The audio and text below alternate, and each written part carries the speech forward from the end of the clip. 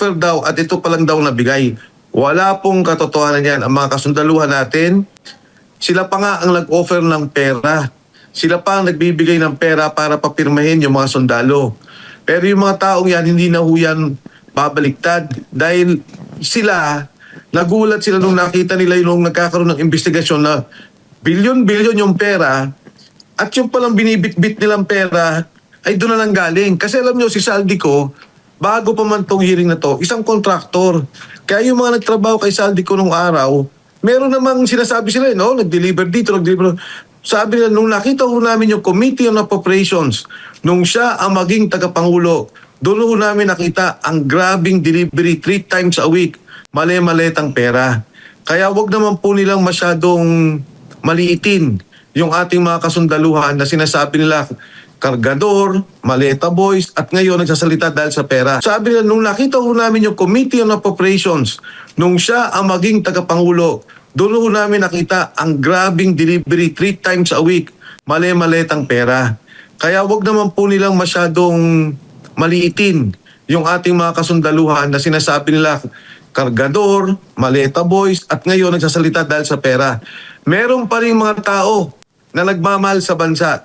Meron pa rin tao na nagmamahal sa kinabukasan ng Pilipino. At kayo mga banateros, isa kayo dyan. Alam ko, sunod-sunod ang kaso nyo, ginigipit kayo, iniipit kayo. Pero patuloy pa rin kayo nagsasalita para sa katotohanan at para sa korupsyon. Nalabanan natin at pagbayarin natin yung mga nagnakaw. Ikulong yung mga dapat ikulong nagnakaw sa kaban ng bayan. Mike, may ano daw meron daw voice recording na sinasabi si Matibag at tinamon nga siya ni Attorney Baligod. Anong masasabi niyo dun? Voice recording daw na nag-offer? Nagbigay ka daw ng 5 million. Oo, sige. Sabihin nyo, ano bang pinakamalaking sa karera ng kabayo? Anong pinakamalaking dividendo? 1:25 ba? Oh, hindi, sasabong na lang, di ba, Logis? O yun, Logis. Yung kung anong postahan namin, yung 1 milyong taya niya, 3 milyon ako. Tama ba yun? Ganun ba yung Logis? Di na po namin inabutan yun, Kong. Ano na lang kami ngayon yung ng mga laro sa apang naabutan namin, Kong Pasensya na, Sabi di mo kami kanina, makarelate dun, ha? Online sabong na inabot nito. Kosang banat pa. Kanina sabi mo, ang lilit ng letra, hindi mo mabasa. Ngayon, hindi mo na naabutan. Hindi, Kong Mike, ito kasi ang dami hong nagsampa ng libel dito sa mga Marines. Kasi di ba nakita niyo yung mga congressman, sila Adjong, kung sino-sino pa. Luistro. Oh, si Luistro, sino pa? Dembaksia. Si Dembaksia. Oh. So punong-puno na ng libel case ngayon itong mga Marines natin. Kamusta naman po sila? Una sa lahat, hindi sila nababahala o natatakot dito sa mga kasong isasampa sa kanila. Katunayan, libel lang naman yan eh. Wala silang katakot-takot tungkol dyan. And ang nakakalungkot lamang, ang nakakatakot lamang, syempre, yung paggamit ng ating mga ahensya ng gobyerno, ang paggamit ng batas, para gipitin yung mga tao. Ang kaso ng mga 18 Marines, umaabot na siguro ang bawat isa sa kanila tig-10 na kaso. Ngayon, pupunta muna ako sa doktrina nung ating Korte Suprema at doktrina ng batas tungkol sa libel cases at kasama din dito ang libel. Alam niyo, ang Korte Suprema, marami na mga desisyon tungkol dyan na sinasabi ang ating mga opisyal ng gobyerno hindi dapat balat sibuyas. Hindi dapat na pagka sila'y tinira, magpa-file ka agad ng kaso o kundi kaya'y apektado sila. Kasi nga, nasa posisyon sila para magsalita. Nasa posisyon sila o meron silang plataforma, lalo't kayo may social media, para pasinungalingan kung ano man yung nasabi tungkol sa kanila. Kaya, pangalawa, ang nakakalungkot, pagka pala ibig sabihin may isang tao o isang opisyal, pagka meron siyang constituency na kanyang kinakasukupan, sinabi, hindi maganda yung palakad mo dito o may corruption dito. Pag siniber-libel niya, kawawa na ang tao kaagad. Kailangan niya mag-bail, kailangan niya mag-abogado. At tayo mismo, nakita natin yan, magkakasama tayo sa prosecution office na talagang kailangan nating magkaroon ng abogado, kailangan nating gumawa ng counter affidavit dun sa mga ifinal nilang kaso. Kaya tingin ko dapat mismo ang DOJ, tingnan na to ang Department of Justice, na yung mga ganyang kaso na cyber lalo tigit sa opisyal, hindi dapat na binibigyan ng puwang. Pangatlo, ang mga kaso ng mga congressmen, kung mapapansin nyo, pinafailan ng iba sa probinsya nila. Kasi nais na pahirapan We remove from Manila, babiyahe ka sa probinsya. Hindi na ho yan. Kailangan i-file nyo yung case sa trabaho nila, kung saan yung kanilang trabaho. Which in this case is Congress sa Quezon City. Pero para sa akin, babalik ako dito, ano ba ang prinsipyo at doktrina ng libel? Ang sinasabi nga dyan, pagka ikaw opisyal, ako nga, ang tagal kong naging opisyal hanggang sa ngayon, wala akong finailan ng libel. Wag lang talagang, wala pa naman ako nakita na, kasi syempre iba yung threat na papatayin kita o ganito ang gagawin ko sa'yo, iba yun. Pero pagka related sa trabaho, at itong sinasabi ng 18 Marines, di ba, related sa trabaho to Nung nagsabi nila, nung nagkakaroon ng Quadcom hearing, nung mga nagkakaroon ng hearing sa ganito, nakita namin, naabutan kayo ng pera. So, ibig sabihin, distorted yung hustisya o distorted yung mga hearing na ginagawa nila. Yun ang masama. Kaya dapat, alam mo, para sa akin na hindi bigyan ng puwang itong yung mga ganitong klaseng kaso. Pero pagdating po sa Marines, huwag kayong mag-alala kung paano sila sa gera, kung paano sila sa field. Pag sila nakipag-away, ganyan po ang dibdib nila ngayon. Alam nila, katotohanan yung binabanggit nila, wala silang pagsisinungaling, wala silang tinatago, kaya wala pong kakabakaba itong mga taong to. Kong, Master Judea po, pagka mamimigay na po kayo ng 5 million, sabihan niyo po kami Ako, Master, alam mo naman si Sir Jack, mauuna yan. Una yan. PWD. But anyway, Kong, no, magandang gabi. At ito yung isa sa mga ini-issue ngayon sa Brave 18, bakit daw binawi yung aligasyon kay Senator Loren Legarda. So malinaw po na paliwanag kasi yung nakikita natin sa mainstream media medyo twisted na Sa inyo po dapat manggaling. Paano po ang nangyari dito? Okay, Master Judea, ang una kong salita dyan, naalala ko paano nagkaroon ng Senate hearing. Sabi ni Senate President Alan Cayetano, lahat po kayo imbitadong umupo dito. Lahat po kayo magsalita dito. Sabi nila, bakit lang daw yung kalaban ng tinanong? Hindi yun Lahat naman, kumbaga, nagkataon, yun ang tinanong, yun ang sinagot ng mga Marines. So yun po ang naging palitan ng diskusyon noong nagkakaroon ng hearing.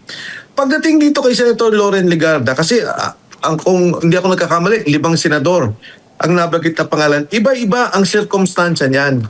Kasi isa po itong general affidavit, nagkaroon sila ng tinatawag na individual affidavits tungkol dyan. So, at the proper time, kung tatanungin po nila, kasi sinabi ni Attorney Levy, sabi niya may konting pagkakamali doon o may detalyen ginawa sila doon sa kwento. Tingin ko, kaya nilang ipresenta yan. At kaya nilang sabihin yan. Kasi, tingnan nyo, doon po kay Senator Lawrence, sabi, nagpunta doon sa bahay. And then, nagkaroon ng later on, nung Marso pa, dahil alam niyo naman, kaibigan ko si Kong Lian, ano ba ang nangyari dyan? Ano ba yung naging detalye dyan? So nagkaroon ng pag-uusap tungkol dyan doon sa mismong individual affidavits. To be fair to Kong Lian, hindi niya inimpluwensyahan, wala siyang sinabi tungkol dyan. At matuwid, yung pakikitungo ni Kong Lian, hanggang sa ngayon, kahit na po may mga pagkilos, tumutulong ho yan, nasa likod po namin yan. Alam niya na yung 18 Marines na banggit yung kanyang ina, wala ka pong narinig na salita dyan. Pagdating kay Senator Soto, tinanong nila, detalyado, hindi pa nga ho tapos yun. And ayoko pa rin magsalita dahil sa kanila po dapat manggaling yan. Binanggit nila yung pagdadala ng maleta, nilagay sa elevator. So, ano ba, Master Junne, sinabi bang hindi totoo yung kay Loren? Ang binanggit ni Attorney Levy Baligod, meron po mga detalye dyan na magpapatunay na para bang hindi sangkot. Ganun yung hindi masasabing kay Senator Loren yung maletang ipinasok. Parang ganyan yung naging direksyon ng statement. Papabayaan ko po sila magsalita tungkol dyan. And kung magsasalita pa doon sa ibang senador, iba-ibang circumstansya po ang nangyari. For example, eto rin wala pa to yung individual affidavit. Tinanong lang nila, sabi ni Attorney Levy Baligod, nagkamali po ako. Hindi po kasi congressman si Laila de Lima nung nakitang inabutan. Hindi pa siya congresswoman noon. So, isa yan sa mga tinanong ko sa mga sundalo, ano ba yung circumstansya? Hindi lang naman isang beses So sila na lang po magkwento. Sa townhomes daw yun, madidescribe nila pati yung mga kotse, madidescribe nila kung paano dumating. And yan po kasi individual affidavits na ipepresenta ngayon ng 18 Marines, kasama yung 14 na bagong magsasalita.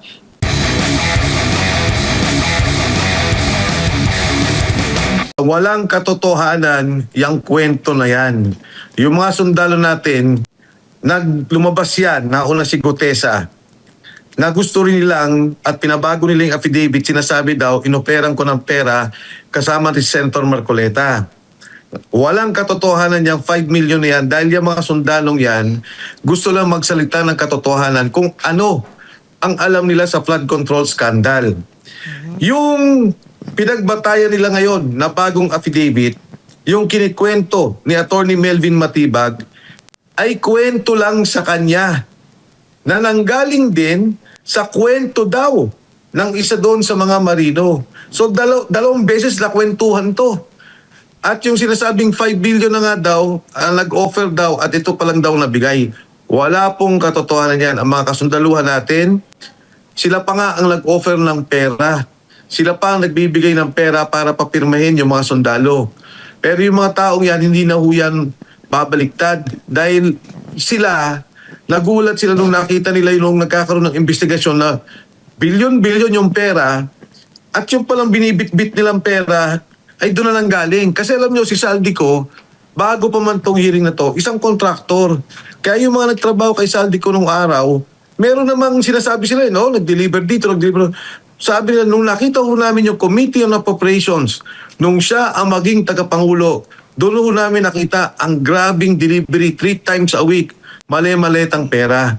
Kaya wag naman po nilang masyadong maliitin yung ating mga kasundaluhan na sinasabi nila, kargador, maleta boys, at ngayon nagsasalita dahil sa pera. Namin meron dapat gaganapin na hearing ng totoong Senate Blue Ribbon Committee ni Senator Cayetano and Senator Pia Cayetano at Subcommittee Chairman Marcoleta.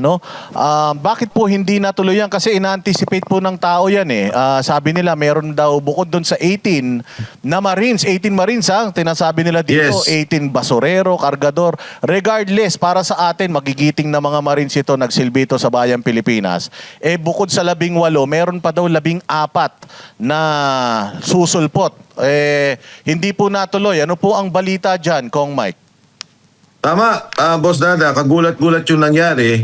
Dahil nung nagkaroon ng hearing nung una, nagsalita yung ating 18 na mga kasundaluhan, 14 dyan yung Marines. Matapos noon, nagpatawag si Senator Erwin Tulfo. At gusto ko lang ibalita kung ano nangyari. Nagpunta doon yung ating kasundaluhan, yung 18, kasama si Attorney Baligod. Ang katunayan, dapat kasama nila ako, pero wala naman talaga akong official na invitation. Ngayon, nag-coordinate kami dahil ang sabi ni Attorney Baligod, kung maaari, bago sana kami pumunta sa hearing na yon, ay pumunta muna kami sa miyembro ng totoong Blue Ribbon Committee na pinapangunahan ni Senator Pia Cayetano at ni Senator Dante Marcoleta. Kaya nga ang nangyari doon, pumunta muna sila kay Senator Robin Padilla. Pero, bago sila nakapasok, siguro nalaman nung nag-hearing, di ba? Hindi na naman hearing, consultative hearing na ang tawag eh. Hindi naman na investigation na Consultative legislation. meeting. Oo, consultative meeting. Alam niyo ba, inabot sila magmula doon sa gate, doon sa unang papasukan mo sa Senado, hanggang doon sa lobby, humigit kumulang 1 oras at kalahati silang naghintay. Kaya ang nangyari, pagdating nila, nung nakapasok na sila, kinuha sila ni Senator Robin Padilla, nagkaroon ng press conference na sinabi lang nila na kinikilala namin ang komite ni Senator Cayetano at Senator Marcoleta, ngunit hindi kami natatakot at hindi kami aatras sa anumang patawag, anumang meeting, anumang pakipagpulong na hinihingi yung sinasabing katotohanan na nalalaman nila tungkol dito sa pagdi-deliver ng pera ng maleta. Pero nagulat sila, siguro mga 11 pa lang ata yun o 11, bago mag-lunchtime eh. Biglang hininto ang hearing at hindi na nga sila pinagsalita, hindi na sila hinarap, hindi na tinanong yung mga, di ba, ang nangyari parang puro paninira ang ginawa sa kanila ay hindi na sila binigyan ng pagkakataon na makapagsalita pa. Patapos noon, sabi, o sige, may 14 pang lalabas. Dapat ngayong araw yun. Kaya nga, pasensya na kayo sa aking mga kosa, ang Banateros, dahil hindi ako nakapunta dyan. Dire-diretso yung meeting dahil ang nangyari, nagkaroon ng kaguluhan dahil hindi nga makakaroon. Isinara ang Senado. Maging ang website nila, sira. Hindi ka pwede mag-login, hindi ka pwede mag-register. Nagkaroon ng mga barbed wire na mga harang sa Senado at hindi sila nagpapapasok. Basta skeletal force lang daw ang pwede doon at walang hearing na magaganap sa Senado. Kaya po hindi natuloy yung 14 na dapat na magsasalita pa. Kung Mike, naniniwala ba kayo na nahack talaga yung system ng Senado? Hindi. Tingin ko sila talaga ang nagpabagsak ng system ng Senado at sila din ang nag-call na yung threat. Hindi rin ako naniniwala dyan. NBI nga mismo nagkaroon ng problema eh.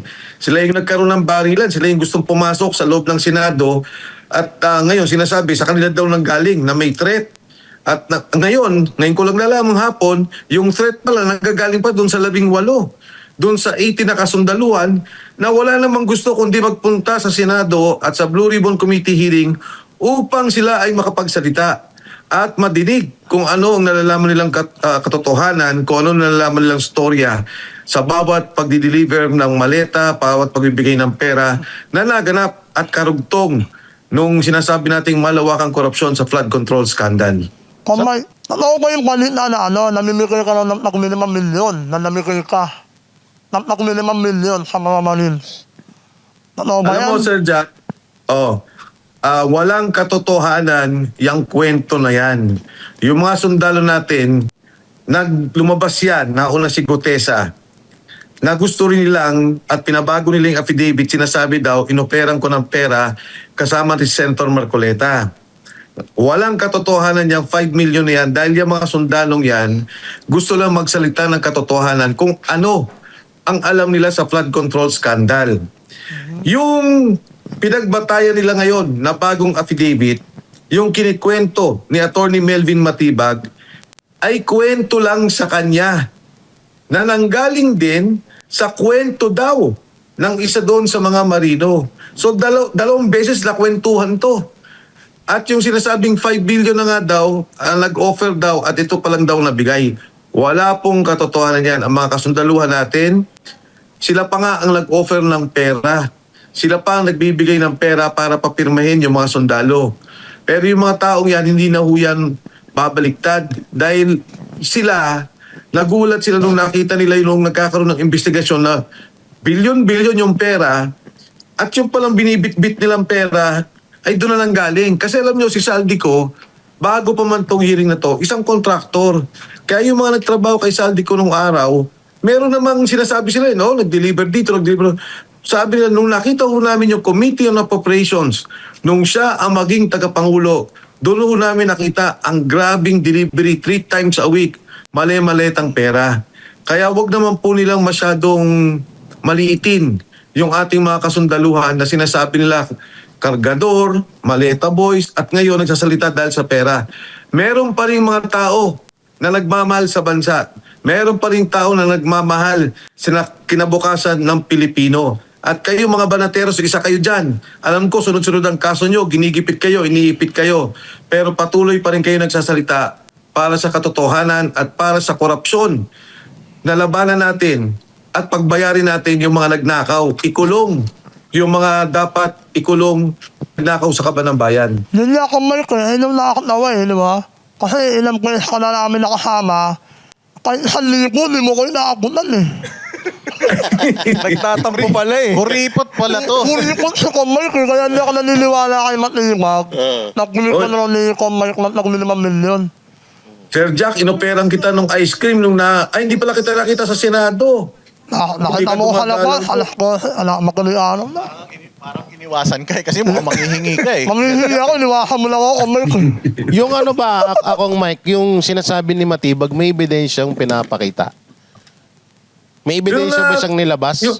O chismis Yun lang? nga, nakita ko yung affidavit ko, Sanjay. Ang nangyari kasi nung sa Senado, binanggit ni Senate President Alan Peter Cayetano, sabi niya, may sinasabi, sabi niya, si Attorney Marites Matibag na nag-offer daw ng 5 billion si Mike Defensor. Sinenyasan niya ako. Sabi niya, gusto mong umupo. Sabi niya, pagsalitain natin si Mike. Tapos pinagsalita na yung mga sundalo na yung isa pa nga naiyak na doon, yung binanggit niya, no, na may sakit yung anak ng isa, may kaso yung tatay ng isa. Tapos biglang si Sergeant Manalansan, sabi niya, kung may pera ako, napagumot ko sana yung kapatid ko may cancer. So biglang nag-iba na yung topic.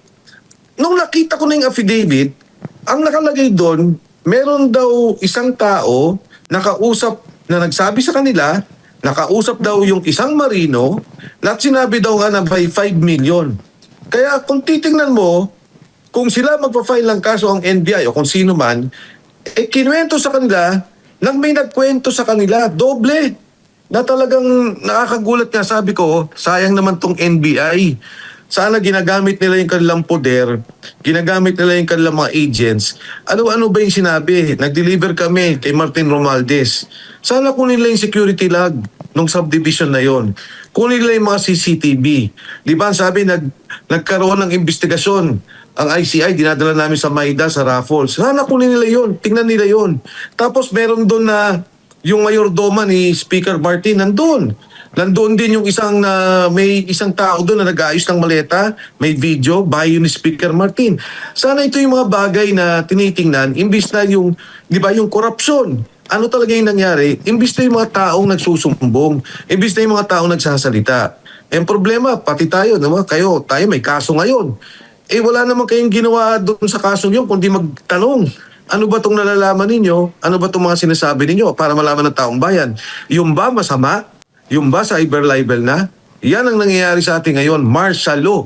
Ginigipit yung nagsasalita sa korupsyon. Pero yung mga corrupt, yung mga involved, ang dami na sinabi no, contractor 67, may binanggit si Sendiskaya ng mga contractor, may binanggit dito ngayon sa affidavit ng 18 Marines na tumatanggap ng pera. May narinig ba tayong inimbestigahan o pinatawag man lang?